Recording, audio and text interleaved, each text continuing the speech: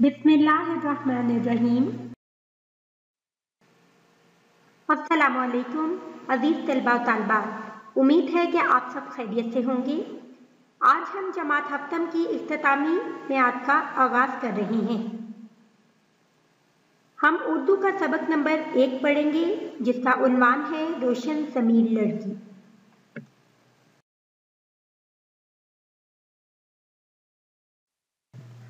سبق کے لیے جو اشیاء درکار ہیں وہ ہیں پینسل، ربڑ، ہائی لائٹر، نیلا پین، نیلا مارکر اور کتاب کاروان اردو۔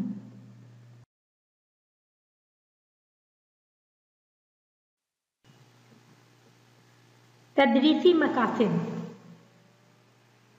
سبق روشن ضمیر لڑکی کی پڑھائی کے بعد بچے درج ذیل نکات جاننے کے قابل ہو سکیں۔ مدینے میں موجود لڑکی کی ایمانداری، شیطان کا عورت کو بہکانا، حضرت عمر فاروق رضی اللہ تعالیٰ عنہ کا لڑکی کی ایمانداری پر اسے انعام سے نوازنا اور حضرت عمر بن عبدالعزیز کا دور حکومت۔ آج ہم کاروان اردو صفحہ نمبر 15 پر موجود سبق روشن ضمیر لڑکی کے بارے میں پڑھیں گے۔ سبق کے آغاز میں دن، تاریخ اور آج کا کام لکھیں۔ روشن ضمیر لڑکی ایک سچی اسلامی کہانی ہے جس میں حضرت عمر فاروق رضی اللہ تعالیٰ عنہ کے دور خلافت کا ایک واقعہ پیش کیا گیا ہے۔ حضرت عمر فاروق رضی اللہ تعالیٰ عنہ اپنے دور خلافت میں عوام کے مسائل جاننے کے لیے راتوں کو بھیس بدل کر گلیوں میں گشت کرتے تھے، اور اسی دوران ایک ایسی بچی کے بارے میں جاننے کا اتفاق ہوا جس کا دل ایمان کی روشنی سے پرنور تھا۔ تو آئیے سبق کی پڑھائی کرتے ہیں۔ حضرت عمر فاروق رضی اللہ تعالیٰ عنہ کا زمانہ تھا۔ ہمارے نبی حضرت محمد صلی اللہ علیہ وآلہ وسلم کے مبارک شہر مدینہ میں ایک چھوٹی سی لڑکی رہتی تھی۔ وہ ہر روز اپنی ماں سے دودھ کی گاگر لے کر بازار کا رخ کرتی اور وہاں دودھ فروخت کرتی تھی۔ دودھ کی گاگر مطلب دودھ کا برتن۔ یوں دونوں ماں بیٹی اپنی زندگی بسر کرتی تھیں۔ زندگی کا بوجھ اٹھانا خاصا مشکل کام تھا۔ زندگی میں طرح طرح کے جھمیلوں اور دکھ درد سے واسطہ پڑتا تھا۔ گزر اوقات کی پریشانی نے بوڑھی عورت کی کمر دوہری کر دی تھی۔ کام کیے بغیر کسی شخص کے لیے آسمان سے رزق نہیں اترتا۔ ننھی بچی کی ماں بڑی جان مارتی تھی۔ شیطان نے عورت کے زخمی دل میں گناہ کا ارتکاب کرنے کی تلقین کی۔ گناہ کا ارتکاب کرنا، گناہ کا کام شروع کرنا۔ تم کتنی بے وقوف عورت ہو، مانا کہ دودھ فروخت کرتی ہو، مگر اس میں تھوڑا سا پانی کیوں نہیں ملا لیتی؟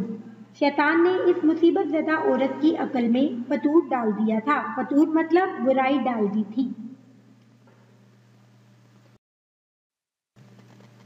عورت نے اپنے آپ سے کہا یہ کام خوب رہے گا۔ ایک دم اس کا چہرہ خوشی سے چمک اٹھا۔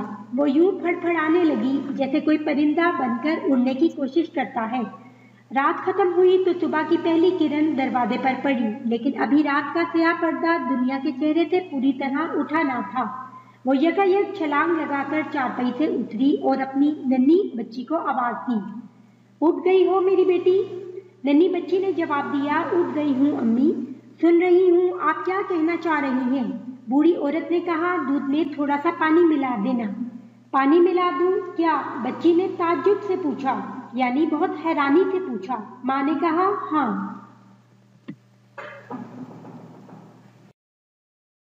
یہ خیال کیسے آیا آپ کو امی؟ کیا آپ جانتی نہیں ہیں کہ حضرت عمر فاروق رضی اللہ تعالیٰ عنہ نے دودھ میں پانی ملانے کی ممانعت کر رکھی ہے؟ بوڑھی عورت جسے اپنی بچی کے لیے مثال بننا چاہیے تھا بولی، واہ میری بیٹی، تم بھی تو بھلا عمر رضی اللہ تعالیٰ عنہ کو کیسے پتا چلے گا؟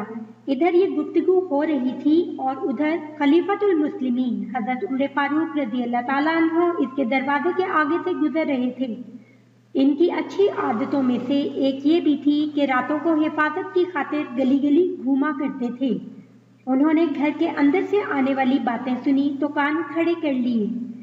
لڑکی اپنی ماں کو عجیب و غریب جواب دے رہی تھی۔